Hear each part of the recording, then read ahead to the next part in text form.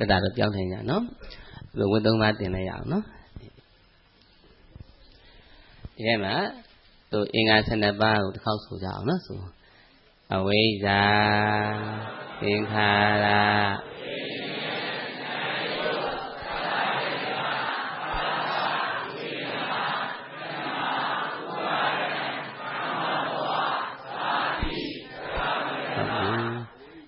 အဲ့ဒါဝတ်သုံးပါးတစ်ခါဆိုပါအောင်ကိလေသာဝဓမ္မဝဝိပါဒကိလေသာဝတ်သုံးပါအဝိဇ္ဇာ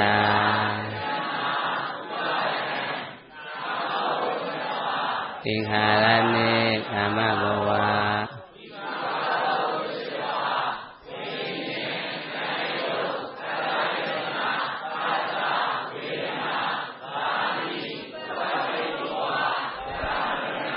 နော်အဲ့ဒီမှာဝတ်သုံးပါးဟာဒါဝိဆိုစကားကိုဘုရားပြန်ရှင်းအောင်နော်ဝိနဲ့ပြောတာဗမာစကားလို့ထင်နေကြတာမလားအမှန်မဟုတ်ဘူးအတ္တပဲ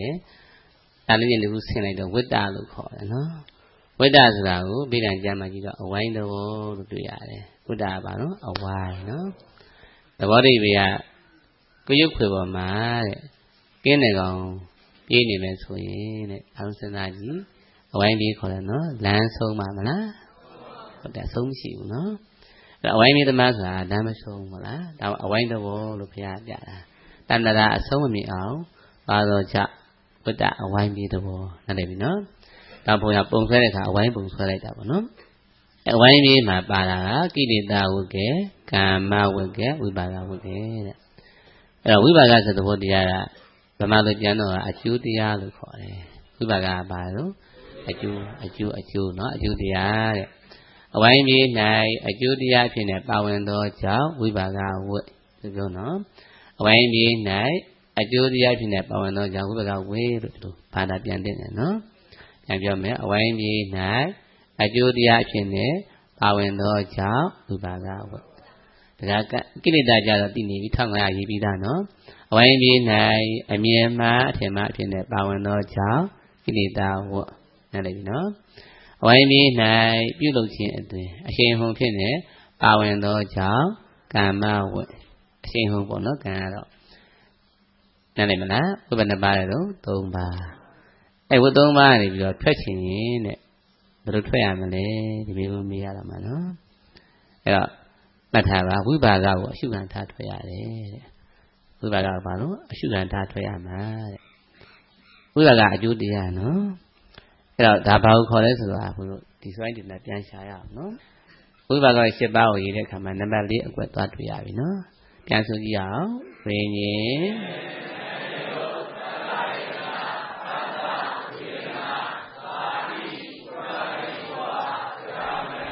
ဗမာလူကတော့အနာကအကျိုးချင်းရာပြီပေါ့နော်အဲ9ပါးထဲမှာသူက7ပါးထဲမှာဒီ9ပါးပါမနေဘူးလားပါနေတယ်အဲ့မှဒါနံပါတ်2အကွက်ဒီလေးပဲတဲ့ဝိပါကပါပဲလို့မှတ်ပါဒါလေးတစ်ခုသိဖို့လိုအပ်တာနော်ဒီမှာလည်းပြန်ဆိုကြည့်ပါဦးဝိညာဉ်နာယုတ်ဒီဟိုမှာပါပါတော့ဝိညာဉ်နာယုတ်နံပါတ်4နဲ့နံပါတ်2ကတူတူပဲတဲ့အမှန်နော်ဝိပါကပဲဆိုတော့ဒီမှာဇာတိဇရာမဏပါရလားပါဟိုမှာပါတယ်အဲ့ဒါလေးကိုနားလည်ဖို့လိုအပ်တာနော်ဒါမြင်ကောင်းပြီကဝိညာဉ်တော်တဲ့ဖတ်တာဝဒနာဆိုတော့ခါတစ်ခေါက်ပြန်ရှင်းရအောင်ဝိညာဉ်ဆိုတာအာယုံအထူးသိတဲ့သဘောနော်ကဲသိဆိုရင်အာယုံသိဆိုလို့ရှိရင်စိတ်ကြည်သိလို့ရပါမလားစိတ်သိနေရောပြီးပါမလားအာယုံသွားရဆိုရုပ်တွေပါတာနော်ဒါမြင်စိတ်တွေရုပ်တွေပေါင်းစုပြီးသိတဲ့သဘောတရားဒီဒါနံပါတ်2အကွက်ခန္ဓာ5ပါးဖြစ်နေတယ်ဒီမှာလည်းခန္ဓာ5ပါမနေဘူးလားပါနေပြီဒါတပေါင်းနဲ့မှန်တော့ဝိညာဉ်နာယုတ် Khada Udana. Kananga Pitano, the Baune. Either body I pip or out Zadi to Kora. Kananga pip or Abacomale. A Piagwara, Salamarana, Jimmy Piwara. Anemana. A messenger.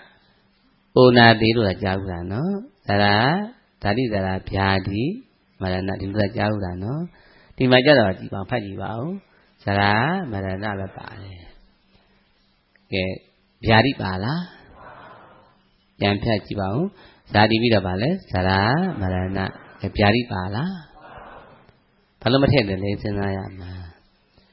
It did what the Yaga, Gong Temple with the Popin in Doja, but now what Chimamia. Gong in Matissi to the way, like an airport, Piagwana at Doja, now a pow, Najimia. Come on, la. To make Hana Paramata the Bawa to get a sheep, Boadi. Kanangavati the Vodiadi, Nadi Mayara. Piadi Tematau. How about that? You said you might be no? Sarah Maranabashi, the Bajan be the Pepara. Party corner, no? Okay, at Dan, Jared Walama, Sin, Noaduke, Jared Mula. Andra David Bora Sadi Bay. Jimmy the Pepara, Sarah Manabe. What to do party, the Mayan, what to do, ye? Party. Sarapaido Soma Ujaro, Henra Umia the Ahoreka, a good jare, Umia, the Vabi. What to do the Valano? Ujare Ulabu, the Vabi. The Kulon Dida. Well, a party called no? This way, that, what to do me? If Yaldara, what to do the Vala? What to do, I say, I'm not Kulon party. Senza. Ludiaha, a donny, one million call. Nolama, be like it, be the Bogala. Elemena, a bit the Tata Poloda, to the Matijara. I mean, Kananga the Odia, Zadi, Piboya, Zadi, Kabazaramana, Tamlu, Tina Goo, Matevin, Imanale Taya me. Anibina, Kananga Pidesoria Zadi, Yodazra, Zaramana, Pamanula, Annie. Everybody bought a chime cable, no? Danny Limuma, but the Mutuala, that pain Haramulu. Go never sang target or no? Okay. Timara, the money greatly that made the Bobby, Power with Chemele, we Pagao, Power do. Yamala, coming. We Bagaza, Panesas and Canesas and the Panesas and Dado. Okay. A beautiful Yangiva, a set out to the Tinkara when you set at it.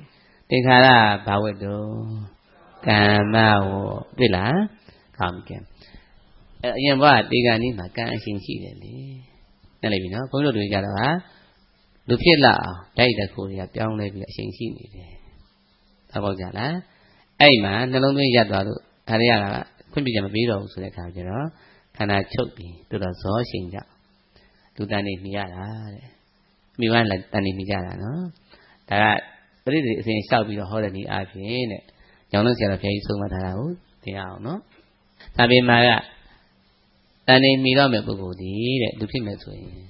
Tiganima, the Mayoma, Nami Api. Me, why ye were polite, Bobby, April, they get the polite. Tavesi, no? Tima Tani Miri. Elemena, the Calamachata, no? Gladi Malatani Milai. I think when you soon over Corade, a Macanaga the Bound. Tinsha, Piano. A being able to get a penny, the Madio, Polo by Tema, Madio, no. The already a beauty guy, a sing young Mulu. A milk lade. Do the clear panel, a milk lade, no? You don't have more great the Piosity at that and the capture lade. Now, Kauya, Layachi, come and Bonavi. I get a yoke Tinsha, Nayo Sin, call so Yara, so Piate. That night, no?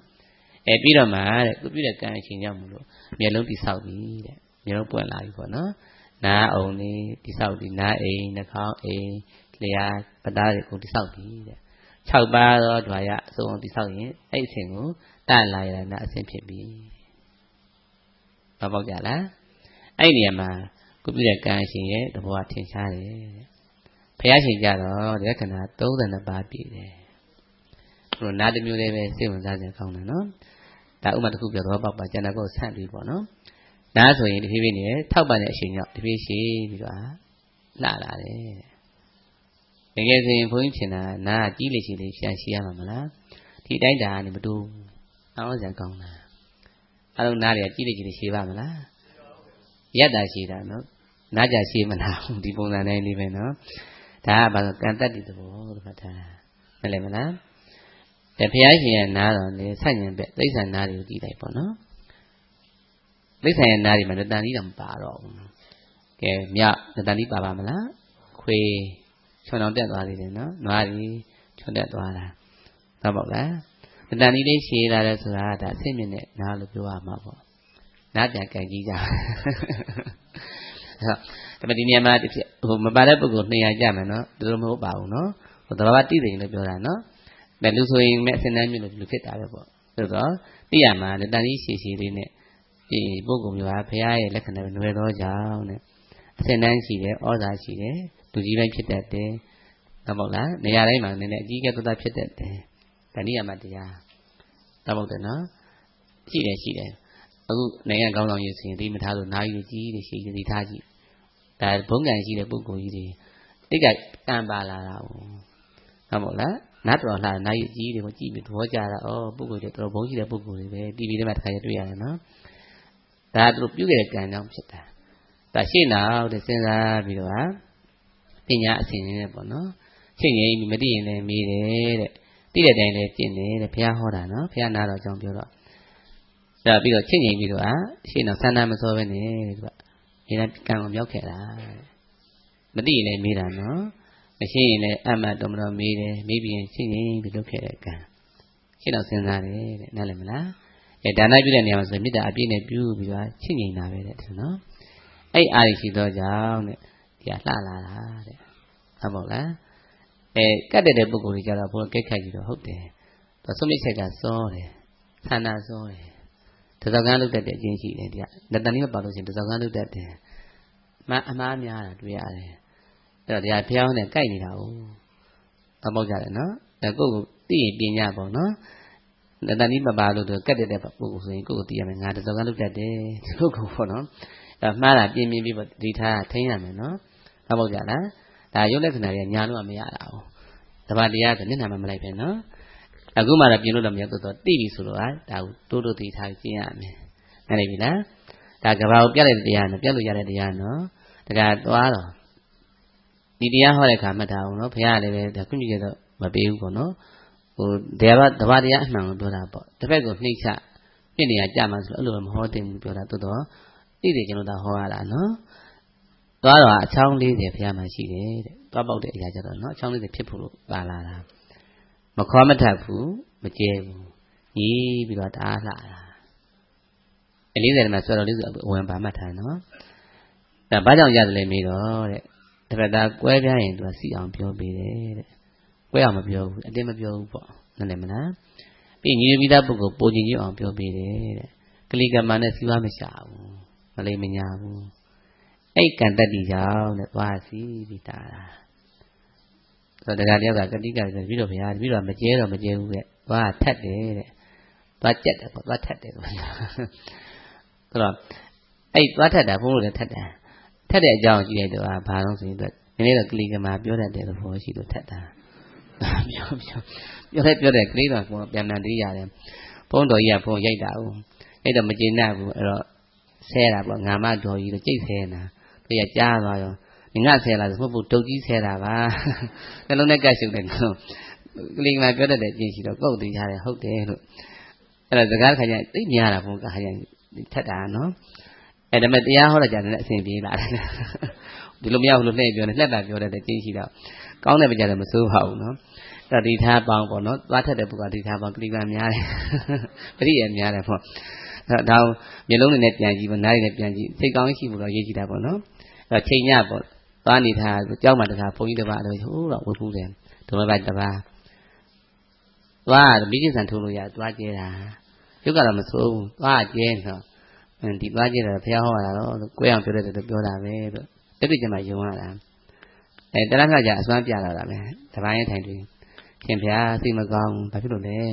ရှင်ဖျားတော့ဘယ်လိုပြောတာဆိုတော့တရားမခံရင်တော့သူကဘယ်လိုကိုတော်ပဲပြောလိုက်တော့တည်သွားပြန်သူဖွဲပုံလေးရတယ်ဆိုရှင်ဖျားအသိမကောင်းဖျားဘာဖြစ်လို့လဲပေါ့အရှင်မြတ်အဲ့လိုပြောတာဟောလည်းမခံရင်တော့ပြန်ပြောလိုက်ကြတည်သွားပြန်ဟောဒီကြောင့်တော့မတည့်ဘူးတော့မင်းကမကြည့်ကျင်တော့ဖြစ်တာအဖေကစဉ်းစားတယ်ကိုယ်လည်းမကြည့်ကျင်တော့သွားလို့ရှိရင်တကယ်ရင်တန်ခါတွေကစမခေါ်ဘူးဆိုရင်အကြောင်းတော့ရှိပြီနောက်တော့ကိုယ်ကဝင်ရတာပေါ့နော်မန်ချိုးပြီးကိုယ်ကဘာပြောလဲအဲ့လိုကိုတော့ပြောတာမပြောဘူးဒီလိုလည်းမပြောဘူးဒါဒီကိုတော့ပြောတာပေါ်ရောပေါ့နော်အကုန်ပြန်စီလဲစီတော့ပြေရောမရှိတော့ဘူးတကယ်ရှိတာအဲ့ဒါမှဖះမှန်လိုက်တာလို့ဟောလားသွားကျဲတာတစ်ချက်မပါပါဘူးနော်တအားကျဲတာကျဲရင်ကတော့သူ့ဘာဟုတ်ပါရဲ့နော်ကွဲပြောင်းပြောတဲ့ကံကြောင့်သွားတော်မလှဘူးတဲ့ဒါကံကြောင့်ဖြစ်တဲ့ယုတ်ကြီးကိုနော်ဒါကံကြောင့်အကျိုးပေးတာလို့မှတ်ထားဖို့နားလည်ပြီလားဒါလောက်ဆိုတော့နော်ဆက်အောင်ပြီးတော့အဲ့တော့ဓဝါ6ပါးစုံတော့မှာတဲ့ကလေးကအဲ့ရတယ်မှာနိုးတယ်လို့ပေါ့နော်ထိဖတ်တာကပေါင်းတော့ထိရင်တည်ပြီတဲ့ဒါကပရိသေအစဉ်လျှောက်တဲ့ဟောတဲ့နည်းဂဗ္ဗတေကနည်းလို့ခေါ်တယ်နော်လူချင်းဖြစ်သွားရင်တော့ဒါတွေကတပေါင်းနဲ့ဖြစ်တပေါင်းနဲ့ချုပ်ပဲနားလည်ပြီနော်အဲ့တော့မဟုတ်ပါကပေါ့နော်အဲ့တော့ပြုတဲ့ကံဟာမှတ်ထားအောင်ဘုရားရှင်ကတခါတရံမှလာပြီးတော့အကျိုးပေးတယ်ထင်တာမဟုတ်ဘူးတဲ့အချိန်တိုင်းဆက်သွယ်နေတာအဲ့ဒါစက္ကန့်မလားမိနစ်မလားအချိန်တိုင်းဒီကံဆက်သွယ်နေတယ်ကံလှမ်းရဆက်နေတာဒါသိထားရမှာအချိန်ပြည့်တော့အချိန်ပြည့်ဆက်သွယ်နေတာတခါတရံမှလာတာမဟုတ်ဘူးဒီကံအချိန်နဲ့အချိန်နဲ့ဆက်သွယ်နေတာဒီထားကြည့်တိတဲ့ထင်မှာကံစိတ်ဥရအာဟာရပါမနေဘူးလားဘာတိတိရုပ်ထဲမှာကံရုပ်အချိန်ကိုကံရဲ့တတိအချိန်ကိုပါနေတယ်ဟုတ်ပေါ့လားသောတိပြအခုလောလောဆယ်ပဲပြောအောင်နော်ဒီချိန်လေးမှာဘယ်ကံအချိန်နဲ့အခုတော့ကျိုးပေးနေတယ်လေဒီနေ့ဒီလောလောဆယ်အတိုင်းတာနော်အားလုံးခုချိန်လေးမှာထိုင်နေကြတာမလားဓမ္မအောင်ထဲမှာထိုင်နေရတယ်မြင်ရတာကယဟန်တန်ဃာတွေနော်ဖူးတွေနေရတယ်ဘုရားပူနေရတယ်ကြားရတယ်လည်းပဲဘုရားတရားတော်ကိုကြားနေရတယ်စားတော့လည်းပဲအစင်းနဲ့လက်စည်းစားရုံလေးပဲတော့ဟုတ်တယ်နော်အကျိုးပြေးနေတာပဲနော်ချက်လည်းမချက်ရဘူးဒါမှမဟုတ်အကျိုးပေးကောင်းတယ်ခေါ်တာပေါ့ဟုတ်ပါလားနားလည်တယ်နော်ဘလို့ကံလဲလို့ဉာဏ်ကစားကြည့်တဲ့အခါမှာယဟန်တန်ကလေးဆုံးကဖူးတာမလားဆုံးကတော့ချက်ပြီးသားအစင်းနဲ့ကတ်ကြတယ်မလားပြီးရင်လက်စည်းကြလက်စည်းပြီးရင်ပကံစည်းကြမလို့ဘူးနော်တိတ်ပြီးတယ်ရိုးသေးသေးနဲ့မကြောကြဘူးလားအဲ့ဒီကံကြီးကမှရှိတယ်ပြီးတော့ဆုလည်းမတောင်းဘူးလားနိဗ္ဗာန်ရပါလို့ဆုတောင်းတယ်မလားအဲ့ကံရဲ့အကျိုးပေးအဲ့ဒီအကျိုးပေးခြင်းခေါ်တယ်ဟုတ်ပါလားကိုယ်လည်းအစင်းသိမဲ့ချက်ပြီးသားစားရတယ်ပကံစည်းကြမလို့ပြန်ထွက်လာပဲနားလည်တယ်နော်တရားလည်းတကယ်အစင်းမြင့်တဲ့ဘုရားတရားတွေနားရတာအဲ့ဒါအကျိုးပေးကောင်းခြင်းလို့ခေါ်တယ်ဟုတ်ပါလားအဲ့တော့ဆုံးဘောစဉ်ကလှူပြီးတော့ဆုတောင်းတဲ့အချိန်တုန်းကတခါတည်းရမှာဆုံးကရင်းနဲ့မချင်းကြိုက်တာအမှတ်တမဲ့တိုက်ရင်တက်လိုက်ပြီမယ်စဉ်းစားနော်ဒေါသလေးနဲ့ပြောရင်ပြောလိုက်ပြီမယ်အဲ့ကံလည်းရောရင်ရောတတ်သေးတယ်ရောတော့တရားနိုင်ရင်လည်းခါချွတ်ကြဖျားကြတယ်နေမကောင်းဖြစ်ကြတယ်ဘုတော်ကဆုံးကနေရင်လည်းအမှတ်တမဲ့ပေါ်ချင်းတိုက်ရင်တက်မှာဟုတ်ပါလားနားလည်တယ်နော်နှိမ့်တဲ့တယ်ရောရင်ရောမှာပေါ့နော်သူများညှင်းတဲ့ဆိုစိတ်သွားတယ်ပြောမိတာဖြစ်ရှိမယ်ဆုံးချက်တဲ့ကာလအပြင်ပေါ့သူတဲ့ကာလမှာနော်အဲ့ဒါမျိုးတွေရမ်းကြလို့ရှိရင်တရားနိုင်ရင်လည်းချီရင်ချီမယ်ချောင်းဆွရင်ဆိုးမယ်ဒါအကျိုးပေးတယ်ကြီးပဲအကုန်လုံးကတော့ပါရဲ့လားနားလည်တယ်နော်ဘာလို့တတိတရားပြောလို့ဆိုရှင်ဘာကူလာကိုကြည်ပြောတာရှင်ဘာကူလာကြတော့ဟာချောင်းတော်မဆိုချီလည်းမချီဘူးတဲ့အဲ့လောက်အကျိုးပေးကောင်းတဲ့ပုဂ္ဂိုလ်ကြီ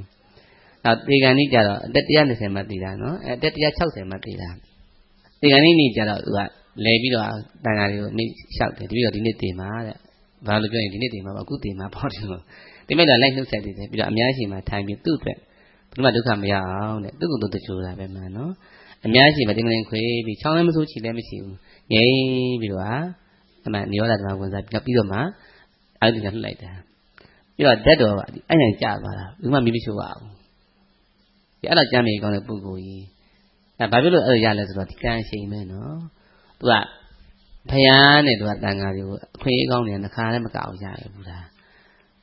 းဇာညေတိဘာဖြစ်တော့တဲ့ဖယားတဆူလက်ထက်မှာဖယားရှင်ကဝမ်းတော်လေးပါတာပေါ့နော်နေမကောင်းဖြစ်တော့သူကဆေးတွေစုပြီးတော့ဘုရားရှင်အောင်မှာပြုစုခဲ့တာတခါတန်ခါနဲ့တပါးစီဟန်းနေအစိတ်ပွင့်နေမှာတခါအစိတ်ငွေကြောင့်အပွင့်ရငွေကြောင့်နော်တပကကြီးနဲ့ဘုရားသာတို့ကျန်တဲ့ပုဂ္ဂိုလ်တွေအစိတ်မိကြတာအဲ့ဒါကဆေးတွေရှားပြီးတိပွားနေပဲဟာကဲခဲ့တာတဲ့အခွင့်ကောင်းရခဲ့တာသူကအဲ့လိုပြောတဲ့ပီတိတက်တီဝင်ထားတာ哦စွမ်းအားပြည့်ထားတာနောက်အကျဉ်းချင်းလည်းများတာပေါ့နော်လုပ်ခဲ့တာအဲ့ကံတက်တီကအပြည့်ပါလာတာနေတဲ့ပုဂ္ဂိုလ်ကြီးမဟုတ်ဘူးနော်အခွင့်ကောင်းရလာတာအဲ့အားနဲ့ဒီဘက်ဘွားကြတော့ဟာ အသက်80မှာယဟန်ဖြစ်တာဘုရားဖြစ်တဲ့သူအသက်80ဖြစ်နေပြီအသက်80အတွင်းမှာလည်းပဲမိဘနှစ်ပါးထားတို့ပြောကြဆိုတော့မိဘနှစ်ပါးဖြစ်နေတယ်မွေးစားဖြစ်နေတကယ်မိဘနဲ့နှစ်ပါးဖြစ်တာအဲ့လှည့်လည်ပြီးတော့ခံစားနေတာသူကဘာမှမလုပ်ရဘူးဟိုကြီးနဲ့ဒီကြီးပြောလို့ရှိရင်လည်းအခန်းတန်းနဲ့ခါမှာလေနဲ့ပေါ့တန်တန်ကြီးနဲ့မှခန်းတီးမကောက်ခုံပြီးတော့ပို့ရတာအဲ့လိုစိန်နဲ့နေရတာသူကအသက်80ပြည့်မှယဟန်လာဝတ်တာရဝတ်တော့လည်းဆွမ်းမခံရဘူးအမျိုးတွေပြီးတဲ့ဆွမ်းနေပဲသူကနေတာဘယ်သူမှဒုက္ခမပေးဘူးဒါအောက်ချမ်းသာတာဒုက္ခမပေးဘူးနော်တေကန်ကြီးလည်းဒုက္ခပေးမသွားဘူးဗျတိုက်နှုတ်ဆက်လိုက်သေးတယ်ပြီးတော့ဒီနေ့တေးမှာပေါ့ဒီလိုပြောရင်နော်ဒီနေ့ပြိဋိနိဗ္ဗာန်ဒီမှာပေါ့နော်ထိုင်ရကလေးပဲဓာတ်တော်ကြပါလားဘာကြောင့်လဲဆိုဒီကံအချိန်မဲလို့မှတ်ထားဘာပေါ့ကြလားဘုန်းတော်တွေကခန္ဓာဖြတ်လိုက်တဲ့ဘာကံလဲဆိုရင်နှင်းတဲ့ကံသူများနှင်းတဲ့ကံဒီခေါ်တယ်နော်စိတ်မတင်ကြဘူးလေတက်ချင်းတက်ပလိုက်တာလားရှင်လည်းရိုက်ပလိုက်တာပဲမလား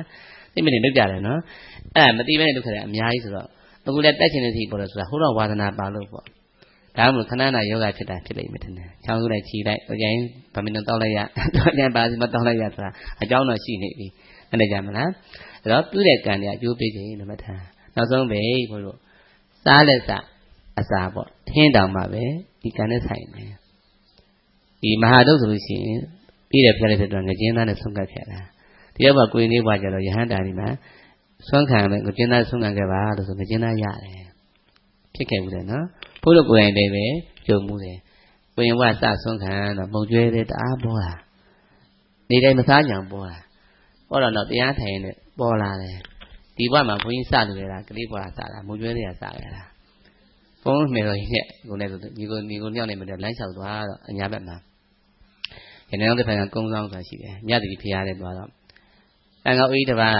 ဒေဂန်ကြီးဖြစ်နေဟိုကသွားလည်းမရှိဝန်းနေရသွားတော့အဲ့မှာဇေယျထဲပို့ထားကြတာအဲ့မေတော်ကြီးကကြည့်ပြီးတနာတယ်ရှင်ဘုရားအာယုံစားမှာပေါ့ဘာစားလဲငါဘာမှမစားရဘူးဘာမှလည်းမစားနိုင်ဘူးဆိုတော့စဉ်းစားပြီးမေတော်ကြီးကအကြံကောင်းတယ်မုတ်ကျွဲတဲ့စားမှာဘုရားဆိုအိုးသဘောကျတော့ကြည်လိုက်တာအေးသွားလည်းမရှိတာအတော်ပဲဟာကြိုက်တယ်တဲ့အကြီးကောင်ကမတင်မချုံသပူရတာအဲသူဆိုင်ဖွင့်ကြည့်ပြီးပေါ့တအားပြောတာအပေးနဲ့ပြောတဲ့ပီတိနော်သူစားကြည့်ပြီးပြောတဲ့ပီတိကမှရှိထားတော့မှတ်တမ်းလို့မကိန်းနေတာစားဝင်နေတာကံတက်တိခေါ်တယ်နားလည်မလားအဲ့ဒါကြည့်ပြောပြီးတော့သူစားတာကိုသူရတာကိုစားဆိုပြောတာအဲ့ပီတိရှိထားတာအဲ့ဒါကယဟန်တန်ခါကိုလှူတာမလားလှူတော့ကျုပ်ပြီနော်ကိုလည်းပဲကိုရင်ဖြစ်လဲဖြစ်ရောမုံကျွေးတဲ့တရားတောက်လျှောက်လှူတာမုံကျွေးတဲ့ပေါ်မှာပေါ့အဲ့တော့မှကံမြတ်တကယ်မှန်တာပဲလို့ဖြစ်ပေါ်တယ်မှတ်ပါရဲ့လားအဲ့တော့အစုံလှူရင်အစုံစားမှာပေါ့နော်ဒီထဲမှာလှူထက်တတိကုံရှိရမယ်နော်အဲ့တော့အခုနောက်ပိုင်းပြီးတော့ကအစုံလှူရတာပဲအဲ့အစုံလှူတာအကောင်းပြီဆိုလို့ရှိရင်အားကောင်းတာဆိုရင်နည်းနည်းလေးပဲသူကကြည့်လိုက်ပြီးတော့မစားတော့ဘူးကမလှူတော့တာပဲအဲ့လှူလေးပိုကောင်းမှစားရတယ်ပဲသူ့တော်တရားကံဆန်းကျယ်တယ်နော်အဲ့တော့ကံတတ္တိဒီမှတ်တာအချိန်နဲ့အကျိုးပေးနေတာလို့မှတ်ထားနားလည်မလားသူသဘောတည်းပြရေးစည်းနေတယ်ဆိုတော့နော်စီးတဲ့ရေနဲ့လေးလေးနှိုက်ထားကြည့်လိုက်ရေကလာတိုးမနေဘူးလားဝိပါကဆိုသဘောပဲအတစ်တစ်ထိနေတာအဲ့ဒါအောင်တော်ရတိုက်နေမှာပဲလေအတစ်တစ်တိုက်နေမှာပဲအတက်ရှူလေးပဲတိုက်နေမှာနော်ဒါရင်အေးလိုက်ပူလိုက်မလားဘူးလားဒါပေါ့တယ်နော်အခုကုကိုတော်လေးဆိုရင်ဒါနေခင်းမဲ့ဆိုပူရမလားပန်ကလည်းမနိုင်ဘူးနော်ရက်ခလည်းဆိုရင်ဒါနည်းနည်းတော့အကျိုးပေးနေတဲ့ညံ့နေခေါ်တာပေါ့နားလည်မလားဒီတဲ့ကောင်းရင်လို့ရှိရင်မှတ်ထားပေါ့ယဟန်တန်ဃာတွေကိုကြောင်းဆောက်အဲကွန်းတာတက်ပေးလိုက်ဟုတ်လားအဲ့လိုကုသိုလ်ရှိမှဆိုရင်ဒီတဲ့ကောင်းတဲ့နေရာမှာတော့ပေါ့ဘုန်းကြီးလည်းအဲကွန်းမတူဘူးသေးဘူးဒါမှဘုန်းလည်းအဲ့နဲ့နေရာဖြစ်နေတယ်အဲ့တော့ကောင်းကောင်းတာလူဖြစ်တော့လို့မသိဒီအကျိုးပေးဆိုရင်ဒီတဲ့ကောင်းတဲ့နေရာမှာပေါ့တော့ပေါ့ကြလားဒါတူသောအကျိုးပေးပဲဒါနိယမတရားကြီးလေနားလည်တယ်နော်ဒါကအချိန်တိုင်းဟာဒါအတိတ်တူကျုံတဲ့ညတွေကပြုတဲ့ကံတိုင်းလာကြတာအကျိုးပေးပေါ့အာယုံလာတာတွေကဒီအကျိုးပေးနေလာတာနော်ဖះတောင်မှာပဲတခါတည်းအစဲခံရတယ်ရေလက်နဲ့တူလို့ရေထဲမှာအမွှေးနေတာပါတဲ့လက်ကိုမှုမှာပေါ့မစင်ပါတဲ့နာမှာပေါ့တော့ပေါ့လားအဲ့လိုပဲလာနေတာခါကျရင်ဖះအစဲခံရတယ်နော်ကောတောင်မှာမာဂန္ဒီယအာဂါရနဲ့မိဖုရားဖြစ်တော့ဝေပေးပြီးတော့မကြည့်တဲ့ပုဂ္ဂိုလ်ဆဲခိုင်းတာယဟန်ရောဖះရောတော့တန်းစီပြီးဆဲခံရတာနာမတရားမကြည်တတ်ဘူးသောတာပန်ဆိုတော့ဒေါသမသိနိုင်ပြီတော့ရှင်ဘုရားလောက်ဆဲနေကြွကြပါလို့ဘုရားတနည်းရွှေ့ကြမယ်ရှင်သားတဲ့ရွှေ့တဲ့နေရာမှာထပ်ဆဲရောတဲ့ထပ်ရွှေ့မယ်ဘုရားတဲ့ထပ်ရွှေ့တဲ့နေရာမှာထပ်ဆဲရောထပ်ရွှေ့မယ်ဘုရားဆိုတော့ဘုရားရှင်သားတဲ့ဘယ်ရွှေ့လို့ဆုံးပါလဲတဲ့ဘုရားအချိန်နဲ့ဟောတာနော်အစဲခံမဲ့အချိန်မှာဓမ္မတွေအစဲခံမှာပဲဒီကံလာတာယူကံတန်တန်လိုက်လာတာနားလည်မလား ရမ်းမဲ့ပက်တယ်လို့လိုက်လာတာနော်အချိန်ကြာလာရင်ဘယ်မှနေမရဘူးတဲ့သူများလုခဲ့တာကဘုရားအမင်းရှိတာနော်ပုံနာကြီးဘွားမှာတပည့်တွေစားတင်နေတာသူတို့မျိုးကိုဒီဒီတပတ်ကောင်းရံစမ်းပြန်လာတော့အဆင့်မျက်နှာပေါ့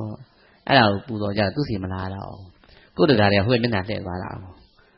ကိုခင်တဲ့ပုဂ္ဂိုလ်ကသူများနေတဲ့စကားပြောရင်မနာလို့ဆိုတာရှိတတ်တယ်မလားကိုပိဋကသူ့ပိဋကဖြစ်တယ်ကိုခင်တဲ့ပုဂ္ဂိုလ်သူများနဲ့သွားရင်းနေစီကမနာလို့ခြင်းဘူးနော်ဟုတ်ပါလာ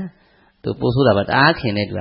တစ်ဖက်သူပို့ပြီးသူဆိုင်ရင်ပြကြိုက်ပါမလဲနောက်ကိုယ်စတိတွေကသူများတခြားယောက်ျားသွားပြီးပြုစုနေကြိုက်ပါမလားဟုတ်တာဒါအဲ့တော့ပေါ့နော်ဒါကိုပိဋကကဟိုကလှည့်တာဟုတ်အဲ့တော့သူကမနာလို့တော့ဒေါသပါတော့ဒေါသအပူတတ်နဲ့သူကအပြစ်ပြောတာအဲ့ရသေးမကောင်းတော့လှည့်ပြောခိုင်းတာဆဲတယ်ပေါ့တိတ်ပြောတာအဲ့ကံတတိပါတယ်တဲ့အဲ့ဒါအချိန်ကြတော့ဒီလိုင်းပြန်လာတာအလှိုင်းပြန်ဝင်တာအဲ့ဒါမလား TV လိုင်းနဲ့ဝင်လို့ပေါ့နော်အဲ့လှိုင်းပြန်ဝင်တာချစ်တာတဲ့ရှောင်လို့မရဘူးတဲ့ဓမ္မနေလေးဆဲခံရမှာပဲတဲ့တော့မဟုတ်တယ်နော်အဲ့ဒါမှတ်တယ်ကိုယ်ဆဲလို့ရှိရင်တော့မဟုတ်တာဒါအကျွေးဆက်ရတာကြည်အောင်ဆက်ကြအဲ့ဒါကိုယ်ဆဲလို့ရှိရင်ဒေါသမဖြစ်နိုင်တော့ထပ်ပြီးအကျွေးမတင်စင်းနဲ့ထပ်မဆဲနဲ့တော့ဟုတ်ပါလားဆဲခံရင်ငိမ့်တာခံပြီးဒါအကျွေးဆက်ရတာပြီးတော့တရားသာမှတ်ကြဒါမှအကျွေးဉာဏ်ကြည့်မှာနော်မကောင်းပြောလည်းပဲပြန်မပြောနဲ့နော်ပြန်ပြန်အကျွေးထပ်တင်နေမယ်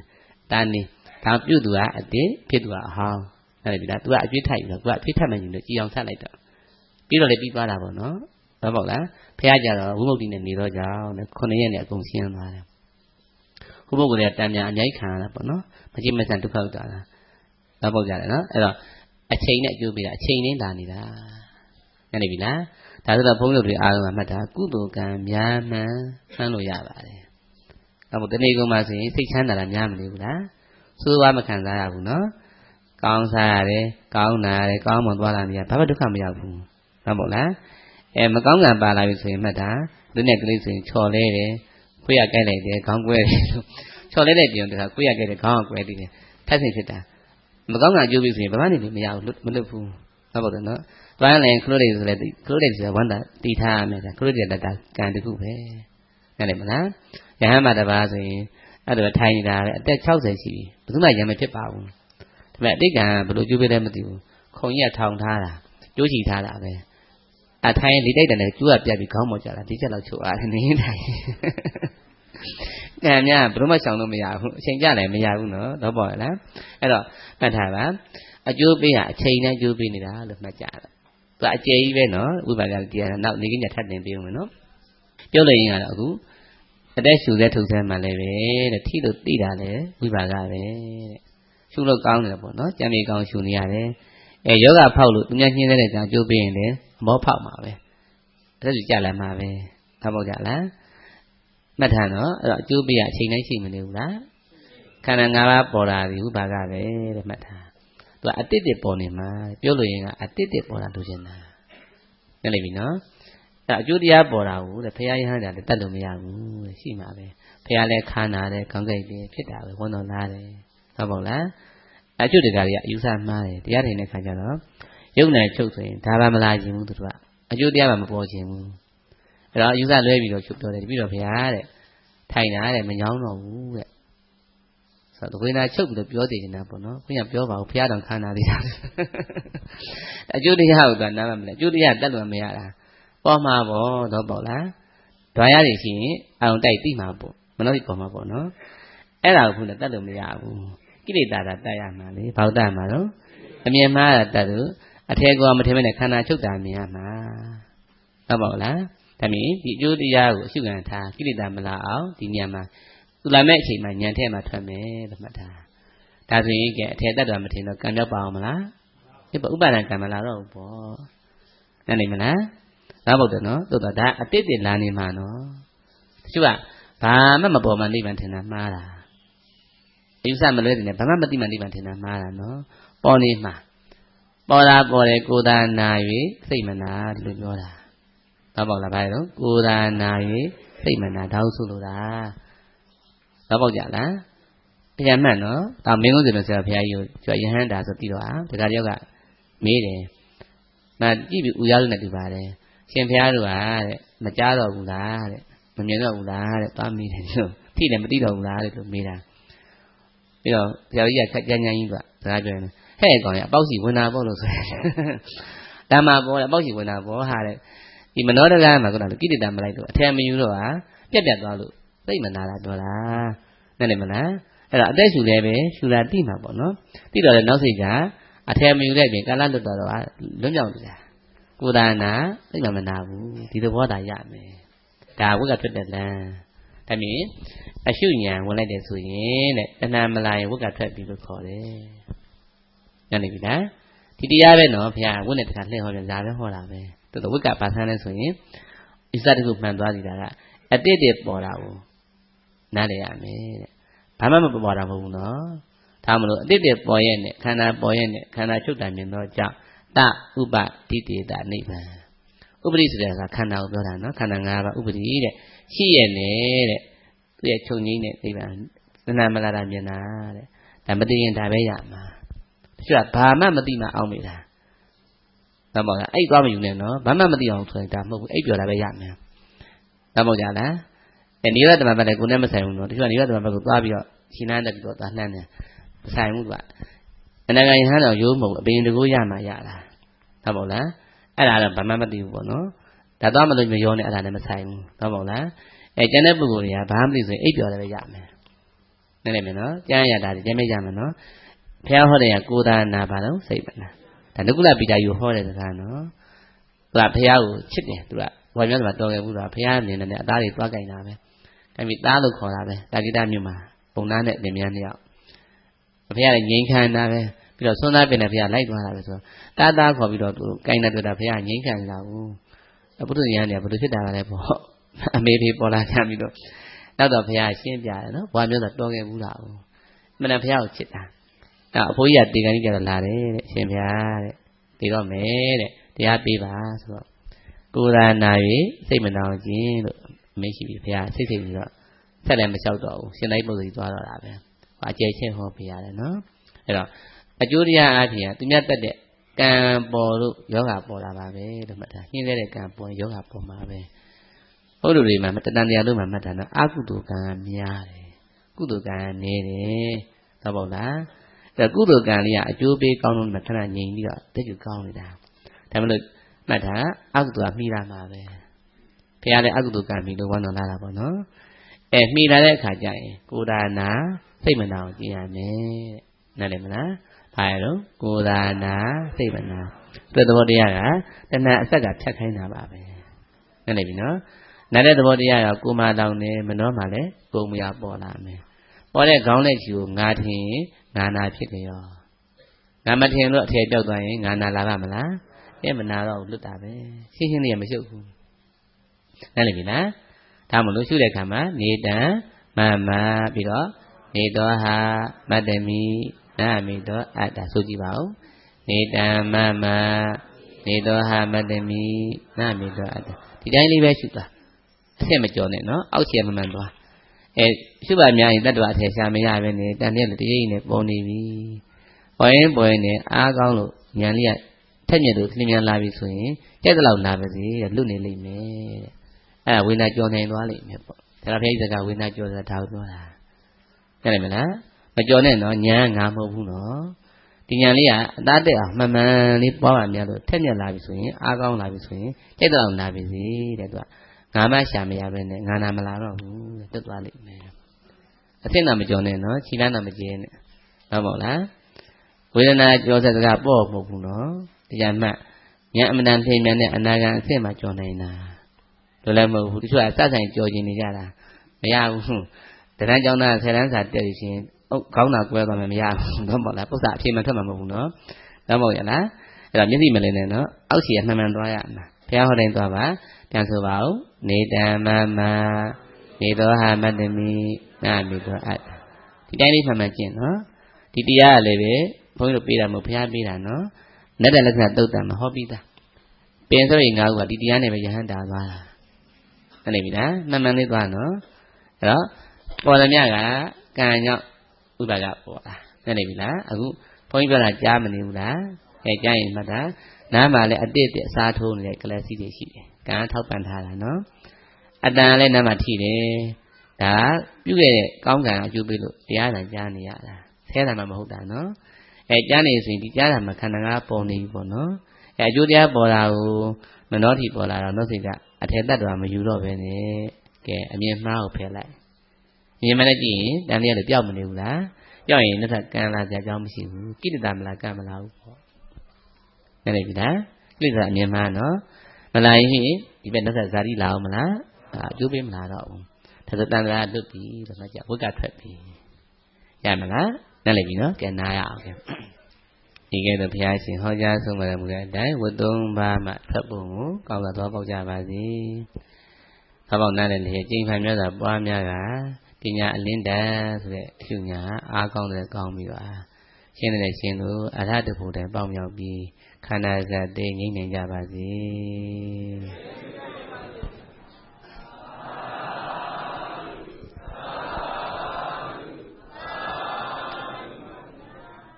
ဘုရားတော်ကြနော်